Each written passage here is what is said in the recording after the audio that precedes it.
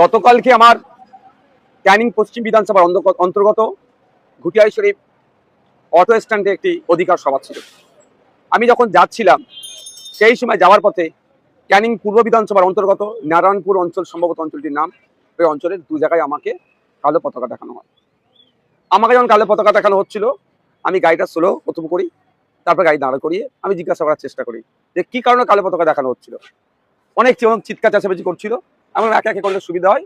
তো কিছু লোকজন বললো যে আপনি যেখানে যাচ্ছেন তারা সব গেঁজা এই ধরনের অনৈতিক কাজ করে, ব্যবসা করে, ডিলার সব আমাদের গ্রামের ছেলেদেরকে ধ্বংস করে দিচ্ছে। আমি বললাম আমি এই ধরনের যদি ঘটনা ঘটে আমি গিয়ে গাঁজার বিরুদ্ধে বলবো। তার মধ্যে যেহেতু আমার সময় স্বল্প হয়ে আসছিল, আমার গাড়িটা আস্তে আস্তে আবার বার করে নিলাম। তার থেকে 1-150 মিটার কি একটু বেশি এসেই আবার বেশ কিছু রাস্তায় মহিলারাও প্ল্যাকার্ড নিয়ে কালো পতাকা নিয়ে দাঁড়িয়েছিল।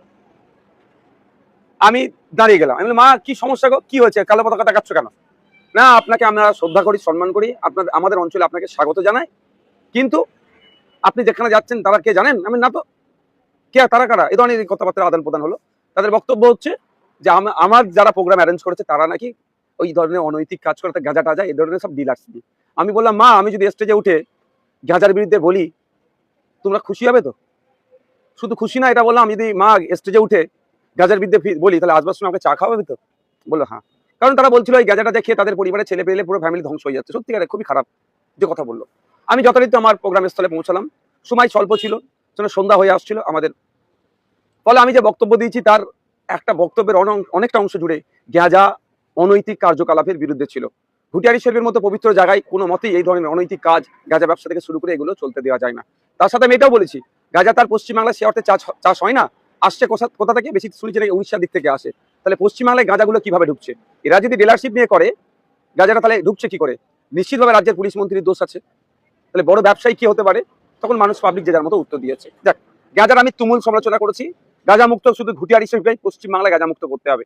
এতে পশ্চিমবাংলার যুব সমাজ ধ্বংস হয়ে যাচ্ছে, পরিবার ধ্বংস হয়ে যাচ্ছে। বলা প্রোগ্রাম শেষ হওয়ার পরে অগণিত মানুষ উপস্থিত হয়েছিল। সে প্রোগ্রামের স্থলে নোংরামি করার জন্য শাসক দল তার বড় বড় ঝান্ডা লাগিয়ে দিয়েছে। আমি একটা ঝান্ডা সরাইনি, তারা দিয়েছে দিক। ফিরে আসবার সময় যেখানে আমি যে জায়গায় আমাকে মায়েরা দাঁড় করে মানে পতাকা দেখাচ্ছিল, আমি সেখানে দাঁড়ালাম, চা খেলাম তাদের হাতে। যদি আমি কিন্তু গাড়ি থেকে নামিনি, গাড়ি থেকে চা খেলাম, তাদেরকে বললাম, তারা আমার কথা বুঝলো। তারা একটা কথা বলছিল, গাঁজা আর পাত্তার কথা বলেছি, আপনি গাঁজার কথা শুধু কেন বলেছেন? কারণ আমি সত্যিকার অর্থে তাদের বললাম, বাবু আমি গাঁজা আর পাত্তার মধ্যে ডিফারেন্স জানতাম না, কি ব্যাপারটা বলো। ওরা একটু ব্যাপারটা বললাম, ঠিক আছে প্রত্যেক গাঁজা আর পাত্তার বিষয়ে বলবো। যাক, তারা কনভিন্স হয়েছে।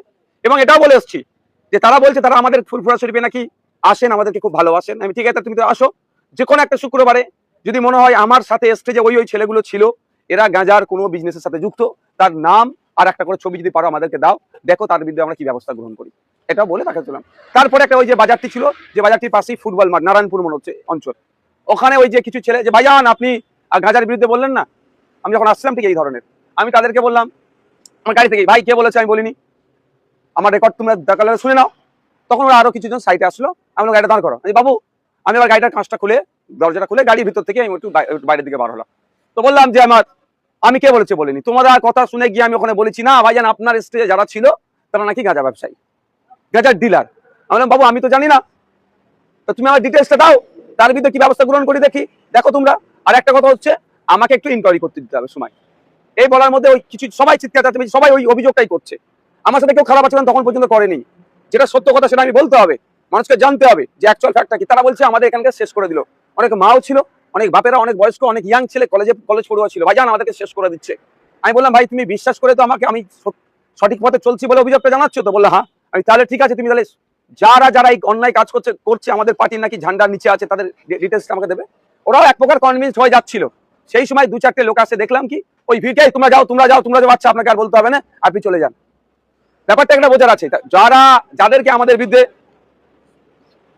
আমাদের বিরুদ্ধে খাপিয়ে তোলার চেষ্টা করেছিল, বাস্তব কথাটা বলেছি, তারা বোঝার চেষ্টা করেছে তাদের লড়াই গাঁজাকে বন্ধ করা যদি সত্যি করে হয়, আমিও গাঁজা বন্ধের পক্ষে, গাঁজার যেটা চলছে এর বিরুদ্ধে আমি।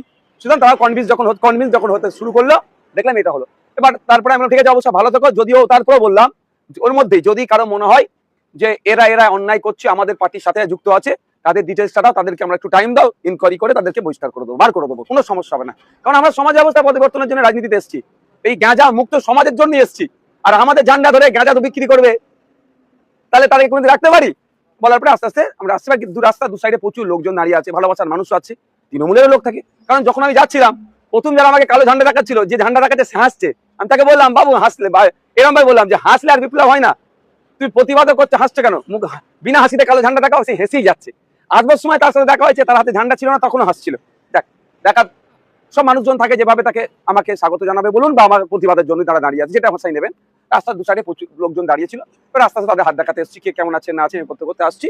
ঠিক বাজারটা শেষ হবে সেই খবর পাচ্ছি নাকি আমাদের শুভাকাঙ্ক্ষী কিছু যারা প্রোগ্রামে গিয়েছিল বাইকে করে ফিরছিল, তাদের উপর চড়া হয়েছে। এই চড়াওটা হয়েছে, নোংরামি কাজ করেছে।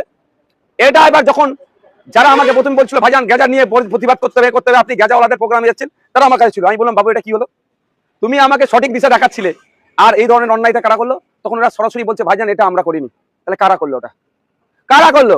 এখানে বুঝতে অবকাশ লাগছে না শওকত মোল্লা সাহেব, যে ক্যানিং পূর্বের মতো জায়গাতে মানুষ রাস্তার দুধারে ঢল নেমেছে, চন্দনেশ্বর থেকে শুরু করে নারায়ণপুর থেকে শুরু করে বিভিন্ন জায়গায় ক্যানিং পশ্চিমের মানুষ হাজার হাজার মানুষ রাস্তায় নামছে, আতঙ্কিত হয়ে গেছে বলে আমাদের কর্মীদের উপরে চড়া হয়েছে। দুর্ভাগ্য সেখানে কিন্তু পুলিশের একটা অংশ ছিল, প্রথমে তারা নীরব দর্শকের ভূমিকা পালন করে। যখনই হয়েছে আমি আমার কর্মীকে মারবে, আমার ভালোবাসার মানুষকে মারবে, আমি তো চুপ করে থাকতে পারবো না, আমি গাড়িতে নিয়ে পড়েছি। পুলিশ এসে বলছে সাহেব আপনি গাড়ি তুলুন, আপনি চলে যান। আমি কেন যাবো? আমি যাবোটা কেন? এইবার কিছু মানুষজন যারা কিন্তু ওখানে প্রতিবাদ এই গাঁজা নিয়ে কথা বলেনি, তাদের মধ্যে তারা নয়, অন্য কিছু মানুষ আপনি চলে যান, আপনি চলে যান, আপনি চলে যান এই করছে। এটা বুঝতে হবে ব্যাপারটা। আমার ভালোবাসার মানুষ মার খাবে, আমি চলে যাবো, এটা হতে পারে না। আমি জানিয়ে গেছি।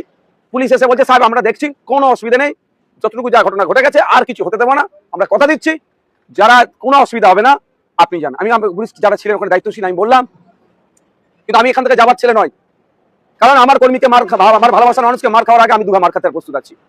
তারা আমাকে রিকোয়েস্ট করেছে বা গ্রামের কিছু শুভবুদ্ধি সম্পন্ন মানুষ বললো যে ভাইজান, এবং যারা প্রথমে আমাকে বলছিলেন যে গাঁজা নিয়ে গাঁজাওয়ালাদের প্রোগ্রামে আপনি যাচ্ছেন কেন, তারাও এসে গেছিল অনেকে কাছাকাছি এসে ভাইজান আমরা দেখছি, আমরা এটা মর্মাহত, এরকম ভাষা বলেছে, আমরা মর্মাহত, এই কাজটা আমরা করতে চাইনি, কেউ মধ্যখান দিয়ে করে দিয়েছে। এবার কেউ মধ্যখান দিয়ে করে দিয়েছে সেটা হয়তো উনা বললেও আমি বলছি শওকত সাহেবের ঘনিষ্ঠ মানুষরা এই সুযোগটা নিয়েছে। তো এই অবস্থা হয়েছে। আমাকে আস্তে আস্তে আমরা বাড়ি আসলাম, আমি জাস্ট বাজারটা ক্রস করে আমি দাঁড়ালাম।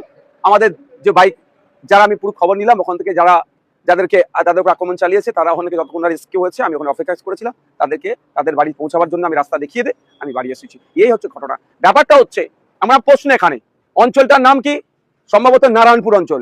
ওখানকার বিধায়ককে শওকত মোল্লা সাহেব, ওখানকার এমপি কে তৃণমূলের এমপি, ওখানকার প্রধানকে তৃণমূলের, ওখানকার জেলা পরিষদের সদস্যকে তৃণমূলের, ওখানে সমিতির সদস্যকে তৃণমূলের, ওখানকার নয় সারা রাজ্যের মুখ্যমন্ত্রী কি মমতা ব্যানার্জি।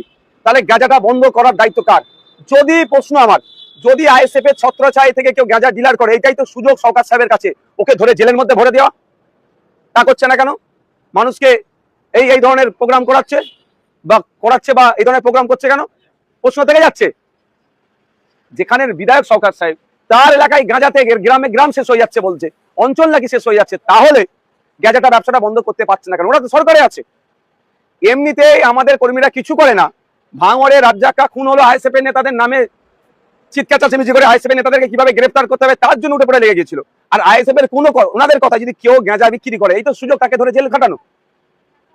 সম্পূর্ণরূপে আইএসএফ কে সাথে আর রাজনৈতিক ভাবে পেরে উঠতে পারছে না। সাধারণ সহজ মানুষকে ভুল বুঝিয়ে আমাদের বিরুদ্ধে খেপিয়ে তোলার চেষ্টা হচ্ছে। যখন সেই সহজ সরল মানুষটাকে তাদের ভাষায় আমি বুঝিয়ে দিচ্ছি, ওরা চাইছে গাঁজা বন্ধ হবে, নওশাদ সিদ্দিকীও চাইছে গাঁজা বন্ধ হোক। ওরা বলছে আপনি কেন গাঁজাওয়ালাদের প্রোগ্রামে গেছেন? আমি বলছি গাঁজাওয়ালাদের প্রোগ্রামে কি আমি তো জানি না, আইএসএফ এর প্রোগ্রাম, কারা অ্যারেঞ্জ করেছে আইএসএফ এর নেতৃত্বরা। তারপরেও বলেছি আমি স্টেজে উঠে গাঁজার বিরুদ্ধে কঠোরভাবে বলবো এবং স্টেজে উঠে কঠোরভাবে প্রতিবাদ করেছি।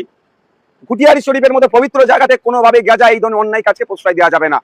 সারা রাজ্যের ক্ষেত্রে বলেছি। তাহলে স্বাভাবিকভাবে ওরা আমাকে যে কথা বলেছিল আমি স্টেজে উঠে সে কথা বলেছি। আর একটা কথা কি থাকলো যে আপনার নাকি যারা অ্যারেঞ্জ করেছে তাদের মধ্যে কয়েকজন নাকি গাঁজার ডিলার, সেটাও বলেছি তাদের পার্টিকুলার যাও, আমি ইনকোয়ারি করে দেখবো, যদি হয় পার্টি থেকে বার করে দেবো। তাহলে সাধারণ মানুষ বলুন বা তৃণমূল যাদেরকে বুঝিয়ে নিয়ে এসেছিল বলুন, তারা আমার কথাতে তারা স্যাটিসফাইড হয়ে গেছে, আমার কথাতে তারা ভরসা পেয়েছে। যখনই ভরসা পাচ্ছে তখন তৃণমূল দেখে কি করতে গেলাম তার তো উল্টো হয়ে গেল। করতে গেলাম নওশাদ সিদ্দিকীর বিরুদ্ধে খাপিয়ে তুলবো, আবার নওশাদ সিদ্দিকী তাদের হাতে চা খাচ্ছে, নওশাদ সিদ্দিকীকে তারা চা খাওয়াচ্ছে কালো ঝান্ডা ছেড়ে দিয়ে। এই জন্যই তারা হয়তো পিছন দিক থেকে, আমি যখন পার হয়ে যাচ্ছিলাম, আমার কিছু বাইক আরোহী শুভাকাঙ্ক্ষী যারা ছিল তাদের আক্রমণ চালিয়েছে। কাপুরুষরা পিছন দিক থেকে আক্রমণ করে, বীর পুরুষরা কাজ করে না, বীর পুরুষরা সামনে থেকে লড়াই করে। আমি আবারও বলছি, ঘুরিয়ারি শরীফ না সারা রাজ্যের গাঁজা বন্ধ করতে হবে, কোনোভাবে গাঁজা পশ্চিমবাংলায় চলবে না। আর পশ্চিমবাংলায় গাঁজা আসছে কেন? সব থেকে দায়ী মমতা ব্যানার্জি। মমতা ব্যানার্জি রাজ্যের মুখ্যমন্ত্রী, পুলিশ মন্ত্রী, সে টাকার পরেও কেন এলাকায় গাঁজা ঢুকবে? যদি এরা গাঁজা ডিলার হয় তাহলে গাঁজার তাহলে ওয়েস্ট বেঙ্গলের জন্য কে দায়িত্ব নিয়েছে গাঁজা সাপ্লাইয়ের? এই প্রশ্নটা আমি সাধারণ মানুষের উদ্দেশ্যে ছেড়ে দিলাম।